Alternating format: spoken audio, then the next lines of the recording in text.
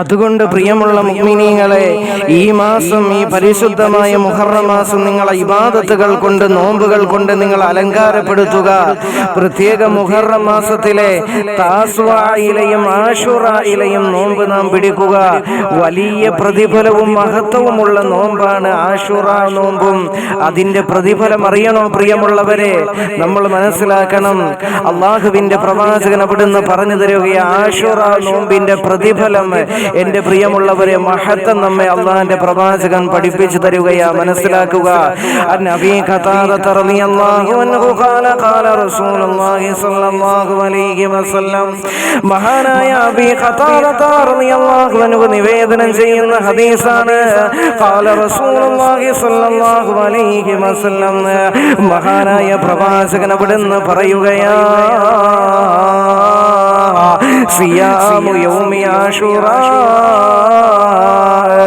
പരിശുദ്ധമായ മുഹറം മാസത്തിലെ ആശുറായിലെ നോമ്പുണ്ടല്ലോ പ്രിയമുള്ളവരെ, അതിനെ നിസാരതയോടെ നിങ്ങൾ കാണല്ലേ.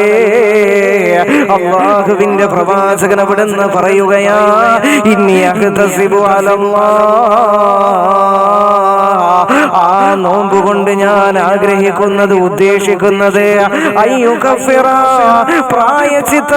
പ്രായച്ചിത്തമാണത്രേ, അയ്യുകഫിറ സനതല്ലതീ ഖബ്ലഹു. അല്ലാഹുവിന്റെ പ്രവാചകൻ അവിടുന്ന് പറയുകയാ, മുൻകഴിഞ്ഞ ഒരു വർഷത്തെ പാപത്തിന് പരിഹാരമാണ് ആശുറാ നോമ്പെന്ന് അല്ലാഹുവിന്റെ പ്രവാചകൻ അവിടുന്ന് പറഞ്ഞു തരുകയാ. അള്ളാഹുവിന്റെ പ്രവാചകൻ സ്വല്ലല്ലാഹു അലൈഹി വസല്ലമ തങ്ങൾ പറയുകയാണ്, അയ്യുകഫിറ സനതല്ലതി ഖബ്ലഹു, മുൻകഴിഞ്ഞ ഒരു വർഷത്തെ പാപത്തിന് അത് പരിഹാരമാണ്, പ്രായശ്ചിത്തമാണത്രയെന്ന് അള്ളാഹുവിന്റെ പ്രവാചകൻ സ്വല്ലല്ലാഹു അലൈഹി വസല്ലമ തങ്ങൾ പറയുകയാ. ഒരു വർഷത്തെ പാപം അള്ളാഹു നമ്മുടെ പുറത്തു തരുമെന്ന് മഹാനായ നബി മുഹമ്മദ് മുസ്തഫ സ്വല്ലല്ലാഹു അലൈഹി വസല്ലമ തങ്ങൾ നമ്മെ പഠിപ്പിക്കുകയാ. എന്റെ പ്രിയമുള്ള മുഅ്മിനീങ്ങളെ, താസ്വായിലെ നോമ്പ് നമ്മൾ പിടിക്കണം. അതായത് മുഹറം 10 മാത്രമല്ല, മുഹറം 9 നോമ്പ് നമ്മൾ പിടിക്കണം. അതിനും വളരെ വ്യക്തമായി തന്നെ ഹദീസുകളുണ്ട്. അള്ളാന്റെ റസൂല് നമ്മളോട് കൽപ്പിച്ചിട്ടുണ്ട്, മുഹറം മാസത്തിലെ 9ാമത്തെ, അതായത് താസ്വായിലെ നോമ്പ് നമ്മൾ പിടിക്കണമെന്ന്. അതിനുള്ള ഏറ്റവും വലിയ തെളിവിതാ, മനസ്സിലാക്കണം.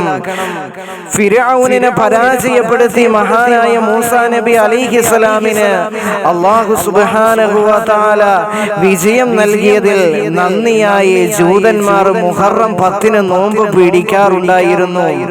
മദീനയിൽ വന്നപ്പോൾ അല്ലാഹുവിന്റെ പ്രവാചകൻ സഹാബത്തിനോട് പറയുകയാണ്, സഹാബ, മുഹറം 10 നിങ്ങളും നോമ്പ് പിടിക്കണമെന്ന് അല്ലാഹുവിന്റെ റസൂല് കൽപ്പിക്കുകയാണ്.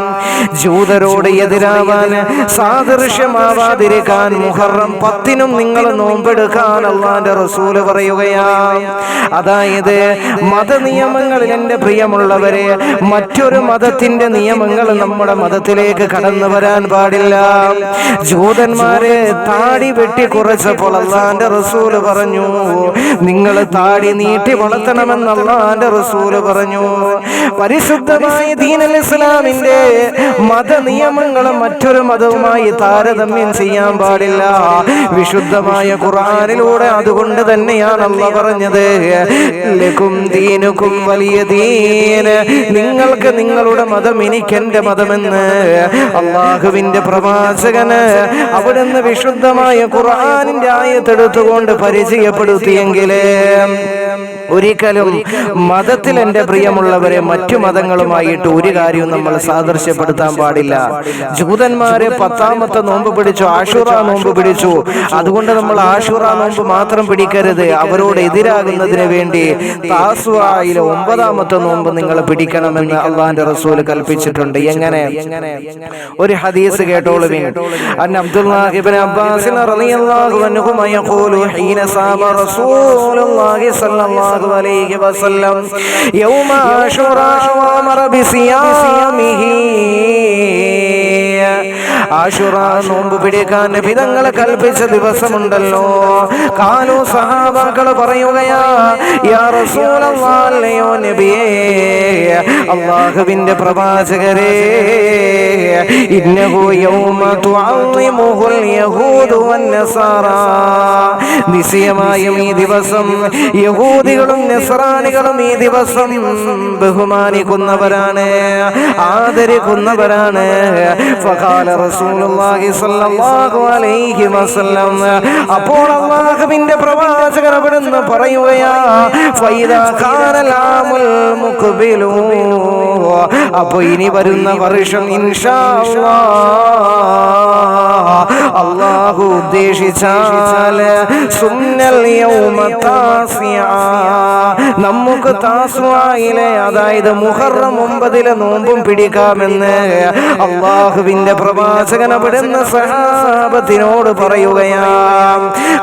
അപ്പോൾ മഹാനായ അബ്ദുല്ലാഹി ഇബ്നു അബ്ബാസ് റളിയല്ലാഹു അൻഹു പറയുകയാ, ഫലം യഅതിൽ ആമുൽ മുഖ്ബിലു, പക്ഷേ ആ വരാനിരുന്ന വർഷം നബി തങ്ങൾ ജീവിച്ചിരുന്നില്ല.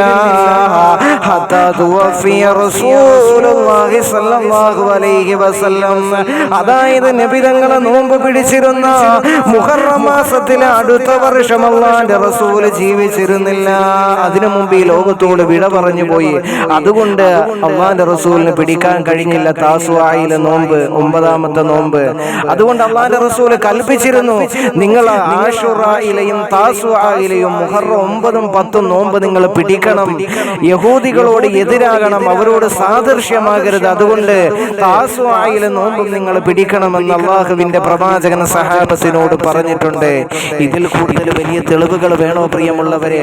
മുഹറം 9 നോമ്പ് പിടിക്കാൻ, മുഹറം 10 നോമ്പ് പിടിക്കാൻ അല്ലാഹു മനസ്സിലാക്കാൻ തൗഫീഖ് തന്ന് അനുഗ്രഹിക്കട്ടെ.